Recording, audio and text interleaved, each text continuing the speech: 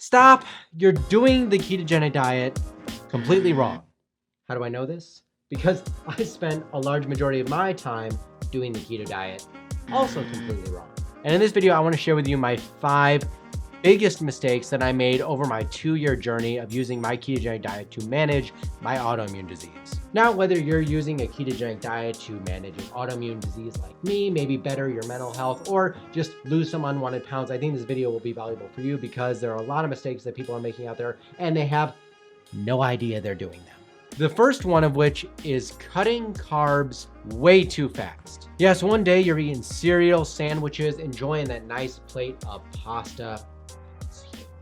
And the next day you're like, you know what? I'm gonna be doing this ketogenic diet thing. You cut your carbs to 20 grams a day, and within a few days, you're feeling like crap. Believe me, I've been there. I've made that mistake. I am one of those people that is gung-ho 100%. I'm gonna dive in, balls to the walls, but that's not everybody. And for a lot of people, it doesn't work to just go from the standard American diet to a completely other way of eating when you're burning a completely different fuel source for energy. It just doesn't happen overnight. It's best to slowly bring your carbs down methodically over time to a place that you are comfortable. Changes are never made overnight, and I feel like we live in a society of instant gratification and instant change. We get everything at a click of a button, but health doesn't work like that. It is a journey. Take it one step at a time. So I use an app called Chronometer, which helps me track my carbohydrate intake. So I would slowly bring that down from whatever your current maintenance carbs are to eventually below 50 grams a day. Do it methodically, don't rush into it, and I think you'll be fine. The second mistake that I made, and is one that I still make on a consistent basis, is not drinking enough agua, water. Now, why is that important? Well, on a ketogenic diet, you aren't eating as many carbohydrates. What do carbohydrates have to do with water, Ryan? Well, I'm gonna tell you. See, for every gram of carbohydrate you consume, you hold on to about 2 to 3 grams of water. What happens when you remove those carbohydrates? Well, you also lose the water that has been keeping you hydrated. So you can become easily dehydrated. The ketogenic diet also has a bit of a diuretic effect. That's why a lot of people will lose maybe like 5 or 6 pounds within the first week because they eliminated all that water weight. And then it stalls and they freak out and they stop. Don't. Like I said before, it's a methodical process. You gotta do this slowly. It's a slow change over time. Health wasn't built in a day, neither were the pyramids, by the way. So you gotta take it and look at it as that process. So make sure you are drinking enough water a day. About half your body weight in ounces is what I go by, but that's a mistake that I still make, and I can tell at the end of the day if my throat is dry or my lips are chapped that I was not drinking enough water. But this has a caveat, and it goes into my mistake number 3, not replacing electrolytes. Yes, hydration isn't just water, as I unfortunately found out the hard way. Hydration actually has to do with a gamut of vitamins and minerals, mostly minerals, sodium, potassium, magnesium, chloride.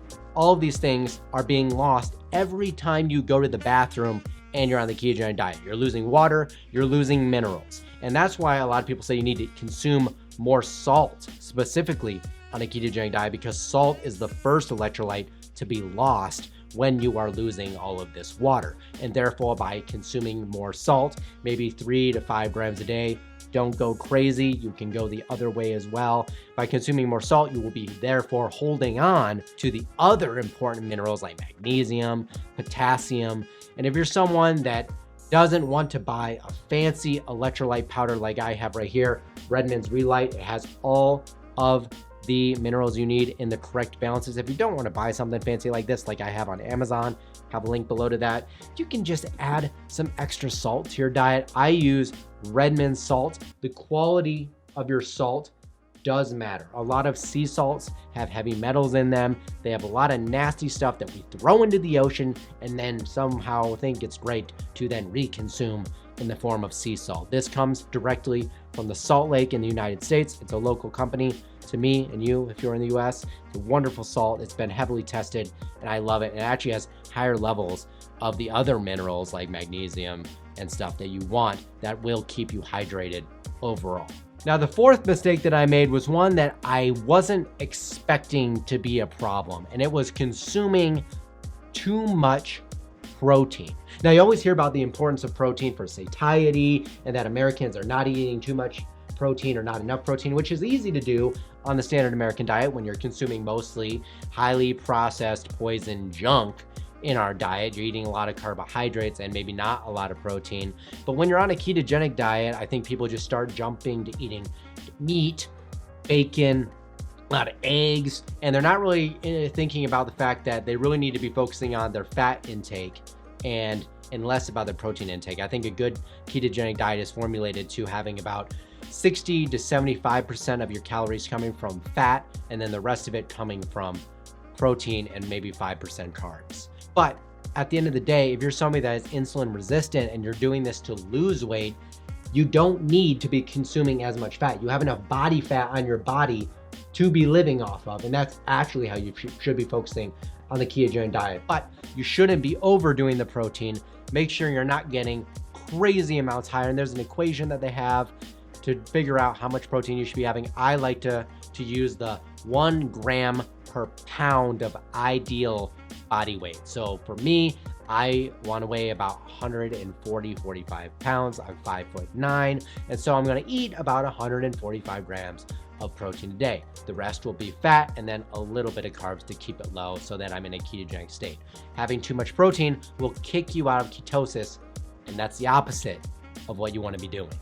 And my fifth and final lesson from my 2 years doing the ketogenic diet on and off is just go at your own pace. Ignore all the noise in the influencer community. There are so many confounding and conflicting things being said by every one of your favorite influencers out there, none of which generally have amazing credentials. They're not doctors. I'm not a doctor. This is just my own experience. Yeah, take even what I say with a grain of salt.